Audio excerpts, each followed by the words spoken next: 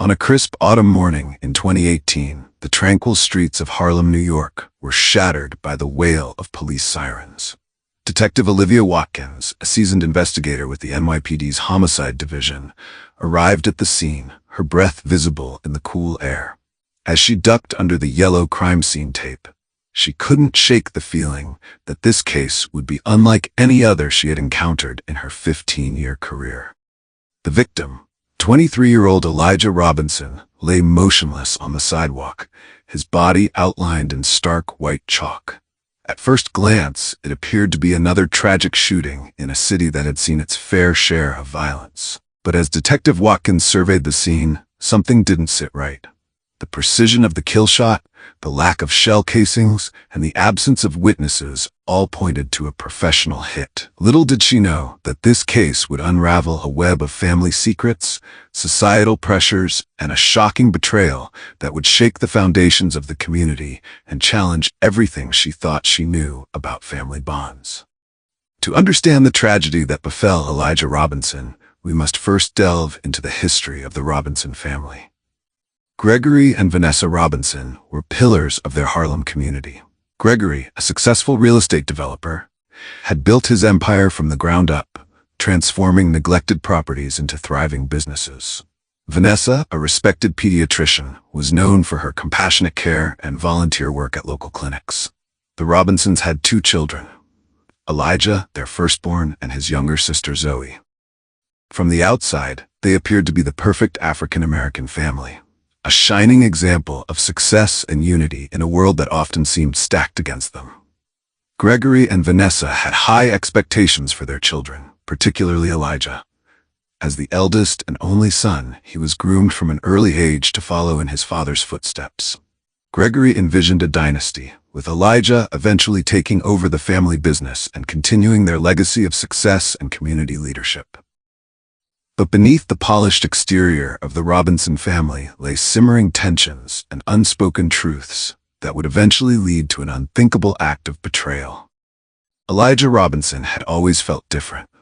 Growing up, he struggled to connect with the hyper-masculine world his father inhabited.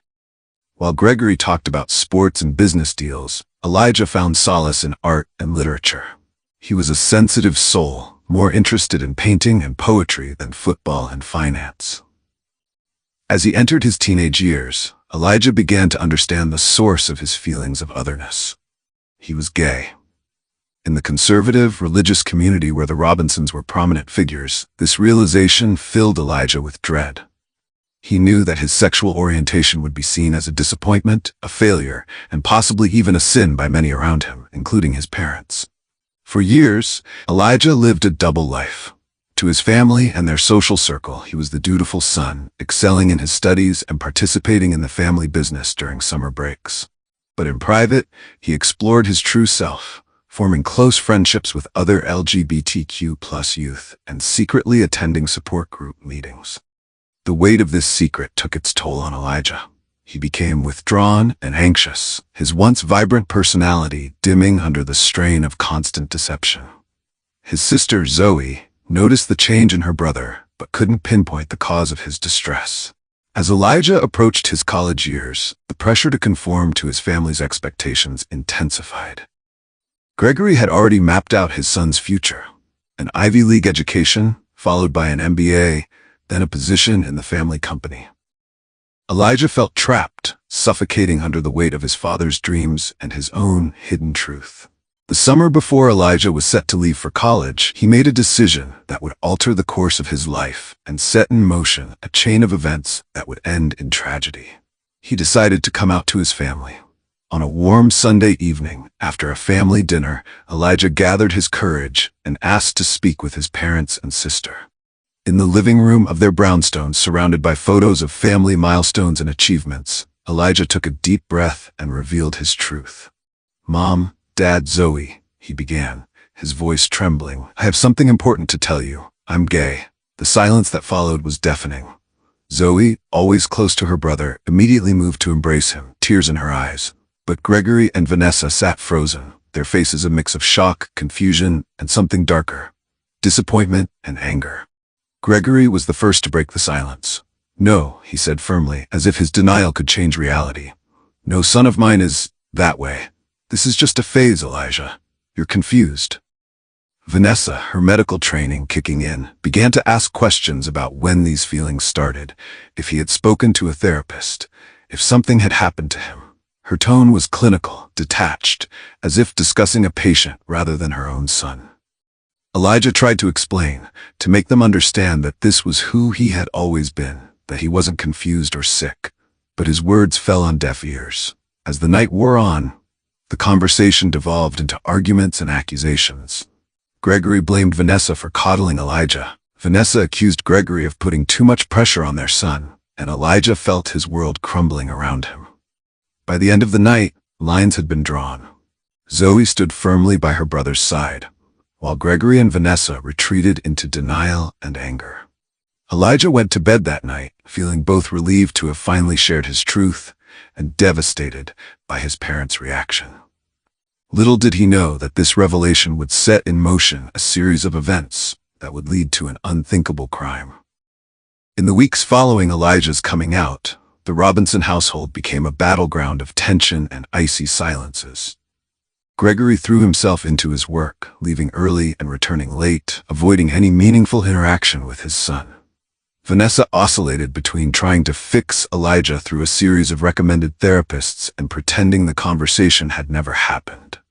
Elijah, for his part, found solace in his art and the unwavering support of his sister, Zoe. She became his confidant and protector, standing up to their parents and researching LGBTQ+ resources to help her brother navigate this difficult time. As the summer progressed and the start of college loomed, Gregory made a unilateral decision. He announced at dinner one evening that he had changed Elijah's college plans. Instead of the liberal arts program Elijah had chosen, Gregory had pulled strings to get him into a prestigious business school. "This is for your own good," Gregory insisted, ignoring Elijah's protests. "You need structure, discipline. This phase, it's because you've had too much time to indulge in nonsense. A proper education and career will set you straight." The double meaning of his words hung heavy in the air. Elijah looked to his mother for support, but Vanessa remained silent, her eyes fixed on her plate. That night, Elijah made a decision of his own. He couldn't live under his parents' roof any longer, suffocating under their disapproval and attempts to change him. With Zoe's help, he packed a bag and left in the early hours of the morning, leaving behind only a note explaining that he needed time and space to be himself. For Gregory and Vanessa, Elijah's departure was both a relief and a source of shame. They told their friends and business associates that Elijah had decided to take a gap year to find himself before college. In reality, they had no idea where their son had gone or what he was doing. Elijah, with the little money he had saved and the support of friends he had made in LGBTQ+ support groups, found a small apartment in Brooklyn. He took a job as a barista and enrolled in community college art classes, determined to forge his own path. For a time, it seemed that the separation might allow wounds to heal. Zoe acted as an intermediary, keeping Elijah informed about family matters and slowly working on her parents to accept their son for who he was. But beneath the surface, resentment and anger continued to simmer, particularly in Gregory Robinson. Gregory Robinson had always prided himself on his control over his business, his family, and his legacy. Elijah's revelation and subsequent departure had shattered that illusion of control, and Gregory found himself spiraling. He began drinking heavily, his work suffered, and his temper became volatile. Vanessa watched helplessly as her husband transformed from a pillar of the community into a bitter, angry man consumed by what he saw as his son's betrayal. One night, after a particularly heated argument with Vanessa about Elijah, Gregory stormed out of the house and found himself in a seedy bar in a part of town he would normally never frequent. As he nursed his whiskey, a man slid onto the stool next to him. "You look like a man with problems," the stranger said, his voice gravely from years of cigarettes and hard living. Gregory, loosened by alcohol and desperate for someone to listen, found himself pouring out his story to this stranger. He spoke of his disappointment, his anger, and his fear that Elijah would ruin everything he had worked for. The stranger listened quietly, nodding sympathetically. When Gregory finished, The man leaned in close. "You know," he said in a low voice, "there are ways to make problems disappear." Gregory's alcohol-addled mind took a moment to process the implication. When it hit him, he should have been horrified. He should have left the bar immediately. Instead, he found himself asking, how? The stranger, who introduced himself only as Smith, explained that he had connections, people who could take care of things discreetly. All it would take was money, something Gregory had in abundance. In that dark moment, fueled by alcohol, anger, and a twisted sense of protecting his family's reputation, Gregory made a decision that would haunt him for the rest of his life. He agreed to meet Smith again to discuss details. As he stumbled home that night, a part of Gregory knew he had crossed a line from which there was no return. But another part, the part consumed by shame and rage, felt a perverse sense of relief. He was taking back control. Over the next few weeks, Gregory met with Smith several times, always in out-of-the-way locations where they wouldn't be recognized. Each time, Gregory told himself he was just gathering information, that he wasn't really going to go through with it. But with each meeting, the plan became more concrete, more real. Smith introduced Gregory to a man he called the contractor, a cold-eyed individual who spoke in clipped professional tones about the job, as if discussing a business transaction, rather than the taking of a human life. Gregory provided the information: Elijah's address, his work schedule, his habits. The contractor listened impassively, taking notes and asking occasional questions about security cameras and potential witnesses. The price was set, $50,000, half up front and half upon completion. Gregory, who had dealt in millions, found the amount almost insultingly low for the magnitude of what was being proposed. As he handed over the first installment in a briefcase full of cash, Gregory felt a moment of clarity. He was hiring someone to kill his own son. The thought made him physically ill, and he nearly called the whole thing off. But then he remembered the shame he felt each time he had to lie about Elijah's whereabouts, the pitying looks from business associates who had heard rumors, the way his hands shook with anger each time he thought about his son's choice. In that moment of weakness, Gregory sealed his son's fate. The contract was made. Vanessa, consumed with her own grief and confusion over Elijah's absence, remained oblivious to her husband's dark dealings. She noticed his increased absences and the haunted look in his eyes, but attributed it to the stress of their family situation. Zoe, however, sensed that something was deeply wrong. She had always been perceptive, and the change in her father's behavior set off alarm bells. But even in her worst nightmares, she could never have imagined the truth. As the day of the job approached, Gregory became increasingly agitated. He barely slept, his mind tortured by vivid nightmares of Elijah's death. Several times he picked up the phone to call it off, but each time his finger hovered over the keypad before he set the receiver down, his resolve hardened by pride and a misguided sense of protecting his family's honor. The night before the planned hit, Gregory sat alone in his study, a glass of whiskey in his hand, staring at a family photo taken years ago. In it, a young Elijah smiled brightly, his arm around his father's waist. Gregory traced his son's face with a trembling finger, tears falling silently down his cheeks.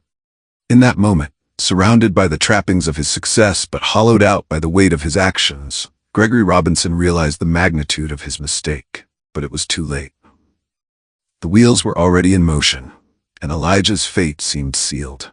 The day of the planned hit dawned bright and clear, a beautiful autumn morning that belied the darkness about to unfold. Elijah Robinson went about his usual routine, unaware that his every move was being watched by cold, calculating eyes. He left his small Brooklyn apartment at 7:30 a.m., stopping at a local bodega for his usual coffee and bagel. The owner, who had come to know Elijah over the past months, chatted with him briefly about an upcoming art show where Elijah was hoping to display some of his work. As Elijah walked to the subway station, he felt a sense of optimism he hadn't experienced in a long time. His art was improving, he had made genuine friends who accepted him for who he was, and he was even considering reaching out to his mother and sister to try and mend fences. Life, it seemed, was finally starting to look up. He never saw the nondescript van that had been following him since he left his apartment. He never noticed the man in the baseball cap who had been tailing him on foot, communicating via a hidden earpiece with the van's driver. As Elijah descended the steps to the subway platform, the morning commuters bustling around him, he felt a sudden, sharp pain in his back. Before he could even process what was happening, he felt another jolt of pain. This time in his chest. Elijah stumbled, his vision blurring. He tried to call out for help, but no sound came from his mouth. As he collapsed onto the platform, the last thing he saw was a pair of cold eyes staring down at him before everything went black. The hitman, true to his professional reputation, was gone before anyone realized what had happened. In the chaos that ensued, commuters screaming, people rushing to help the fallen young man, he slipped away, blending into the crowd and disappearing into the city. By the time the paramedics arrived, Elijah Robinson was already gone. The bright future he had been envisioning just moments before had been brutally snuffed out, a victim of intolerance, misunderstanding, and a father's unthinkable betrayal. Detective Olivia Watkins stood over Elijah's body, her keen eyes taking in every detail of the crime scene. 23 years old, 2 gunshot wounds, one to the back, one to the chest. No wallet, no phone. At first glance, it looked like a robbery gone wrong, but something didn't sit right with Olivia. The precision of the shots, the lack of shell casings, the way the killer had managed to strike and disappear in a crowded subway station during morning rush hour, it all pointed to a professional hit. As the crime scene techs worked around her, Olivia's mind raced. Who would want a young barista and aspiring artist dead? And who would have the resources to hire a professional killer? Her partner, Detective James Chen, approached with a grim expression. "Got an ID on our Vic," he said, holding up a photo on his phone. "Elijah Robinson, 23. Lives in Brooklyn, works at a coffee shop in the area." Olivia's eyebrows shot up. "Robinson? As in Gregory Robinson, the real estate developer?" James nodded. "His son. Apparently there's been some family drama. Elijah moved out about 6 months ago, cut ties with his parents. The sister's been the only one in contact with him." The pieces started to fall into place in Olivia's mind, but the picture they formed was almost too horrible to contemplate. A family estrangement, a prominent businessman with resources, a professional hit. Could it be possible? "We need to talk to the family," Olivia said, her voice tight with tension. "Now." As they left the crime scene, neither detective could shake the feeling that they were about to uncover something that would shake their faith in humanity to its core. The Robinson family home, a stately brownstone in Harlem, was a picture of upper-middle-class success. As detectives Watkins and Chen approached the front door, they could hear raised voices from inside. Before they could knock, the door flew open, and a young woman stormed out, nearly colliding with them. Her eyes were red and puffy from crying, her expression a mix of grief and fury. "Zoe Robinson?" Olivia asked gently. The young woman nodded, wiping her eyes. "You're here about Elijah, aren't you? He's dead, isn't he?" James exchanged a look with his partner. They hadn't released the information to the media yet. "How did you know?" Zoe's face crumpled. I felt it, and then I came here to tell them," and she trailed off, looking back at the house with a mixture of sorrow and disgust. "We need to speak with your parents," Olivia said. "Would you be willing to come back inside with us?" Zoe hesitated, then nodded. As they entered the house, the tension in the air was palpable. Gregory and Vanessa Robinson sat in the living room, their postures stiff, their faces masks of shock and grief.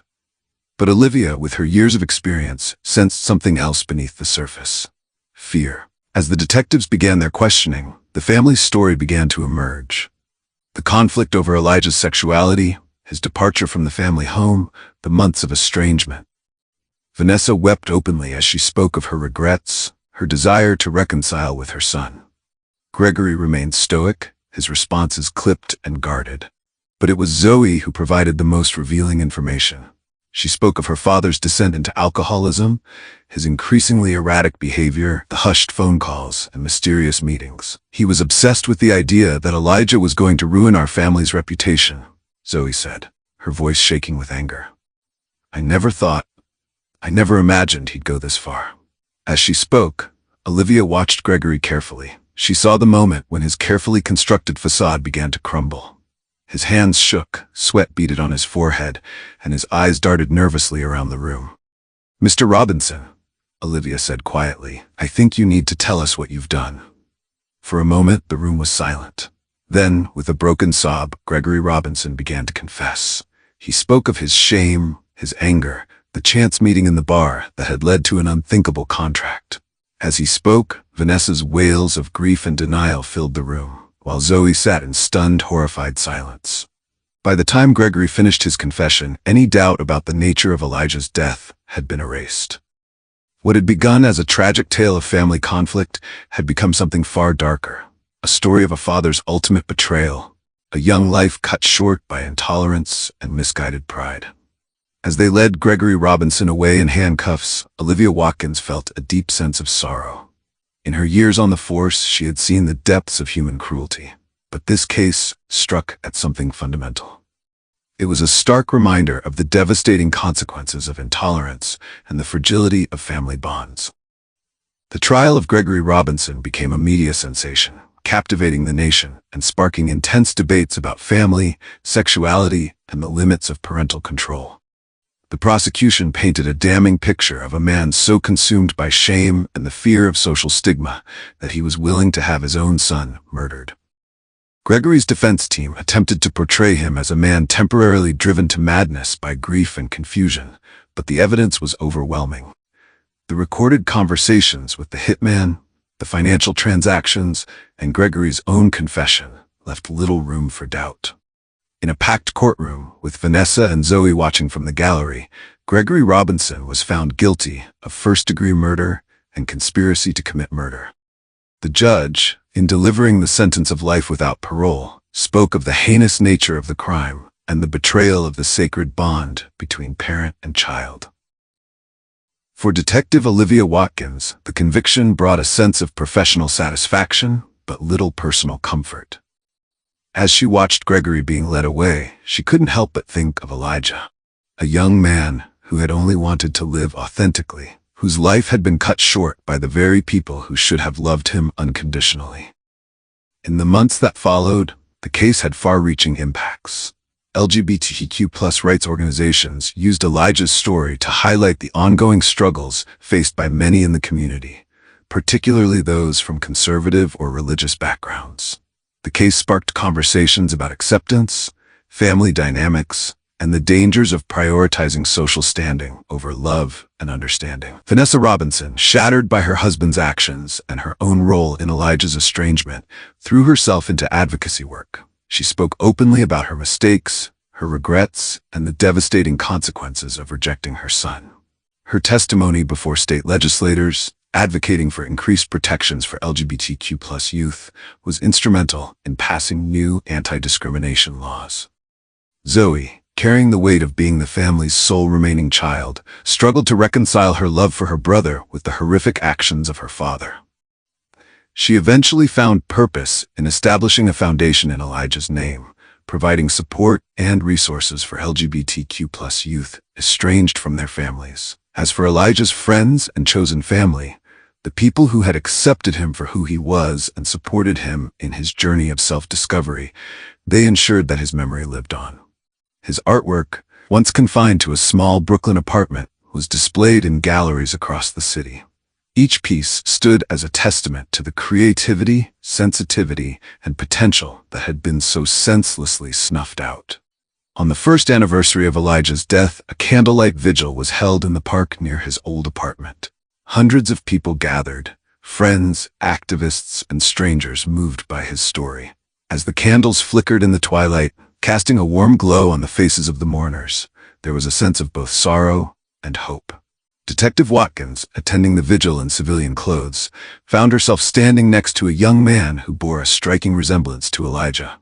The young man noticed her watching him and smiled sadly. "I never knew him," he said quietly, "but his story, it could have been mine. My parents, they struggled when I came out, but eventually they came around. Elijah never got that chance." Olivia nodded, feeling the weight of all the what-ifs that had haunted her since the case concluded. What if Gregory had reached out for help instead of turning to violence? What if Vanessa had found the courage to stand up for her son earlier? What if society's prejudices hadn't created an environment where a father could convince himself that his son's death was preferable to acceptance?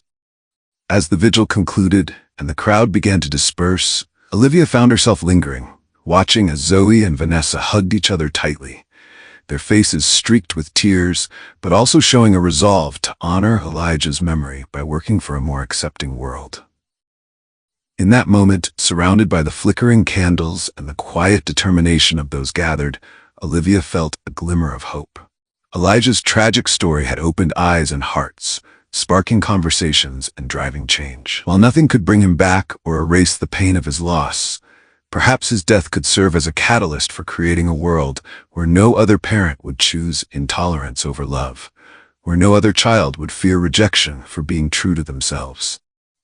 As she turned to leave, Olivia caught sight of a mural painted on a nearby wall, a portrait of Elijah, his eyes bright and full of life, surrounded by swirling colors and the words, "Love is love," in bold letters. It was a poignant reminder of the young man whose life had been cut short, but also a beacon of hope for a more accepting future. In the end, the story of Elijah Robinson, a young man who only wanted to live his truth, became more than just another tragic headline. It became a call to action, a catalyst for change, and a somber reminder of the work still to be done in the fight for true equality and acceptance.